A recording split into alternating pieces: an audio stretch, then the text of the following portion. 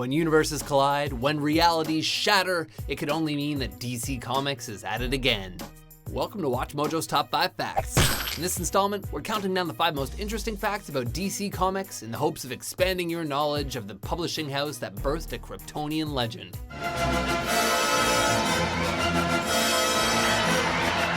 Number 5. DC sued Rihanna over Robin. We're beautiful like diamonds in the sky.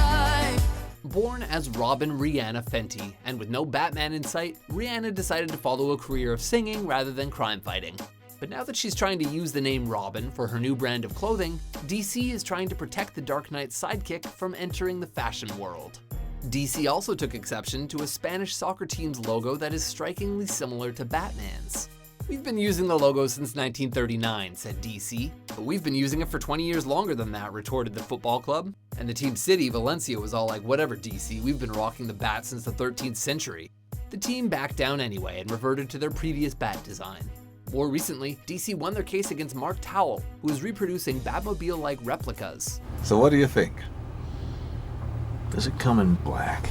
Not only did the court rule in favor of DC, but also found that, quote, the Batmobile was protectable as a sculptural work under the US Copyright Act. Vengeance is the night. Goodbye.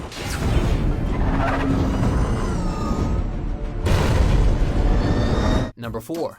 That turkey Batman upset Batman Turkey. Hussein Kalkan, mayor of Batman Turkey, tried to sue Warner Bros. And Batman Begins director Christopher Nolan over the use of the town's name. Good luck.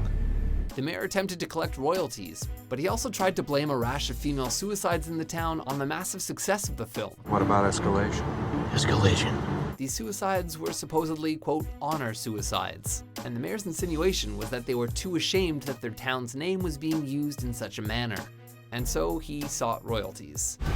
All you care about is money. It's too bad DC didn't sue him for trying to be a cheesy Batman villain. Somebody should get the bat signal ready. Number 3.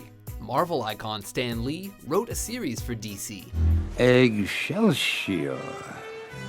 2001 series Just Imagine allowed Stan Lee, creator of many of Marvel's most famous characters, to reimagine famous DC characters. Superman, Batman, Wonder Woman, and others got redone as wildly different versions, most complete with classic alliterative Stan Lee names like Joni Jordan and Wayne Williams. He reboots Wonder Woman as Maria Mendoza, a Peruvian activist who finds an ancient staff that gives her the powers of the Incan sun god. Lee's version of the Flash, Mary Maxwell, gets her super speed not from a lightning bolt or noxious fumes, but from an injection of hummingbird DNA. Oh, and Batman looks more like a bat. Number 2. Kryptonite originated on the radio. Did you say Kryptonite? The Adventures of Superman was a serialized radio drama that aired on afternoon radio from 1940 to 1951, starring Bud Collyer as Superman, though his identity, much like Superman's, remained a secret until 1946.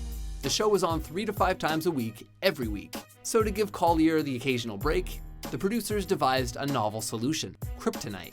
Designed to incapacitate the unstoppable hero, it allowed the supporting actors to take the spotlight for a bit.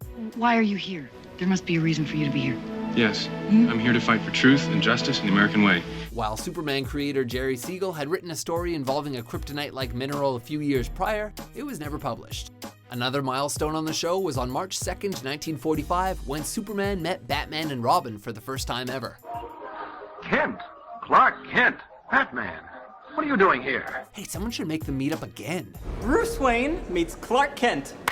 I love it. I love bringing people together. How are we? Number 1. Superman's first comic is super expensive. In order to make money in that game, you have to buy for a little and sell for a lot. The most valued comic book in history is the very first introduction of Superman, which sold for $3.2 million at auction.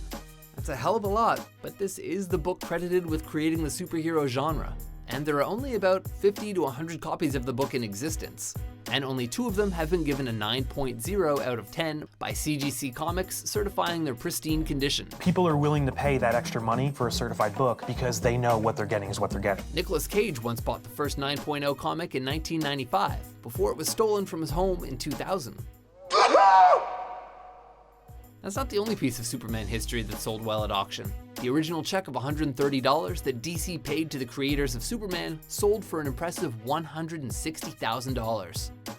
Well, DC fans, will you side with Robin or Robin Rihanna? And how much would you pay for a copy of Action Comics #1? For more multiverse-shattering top 10s and crises on infinite top 5s, be sure to subscribe to WatchMojo.com. I have to leave you now. No hard feelings.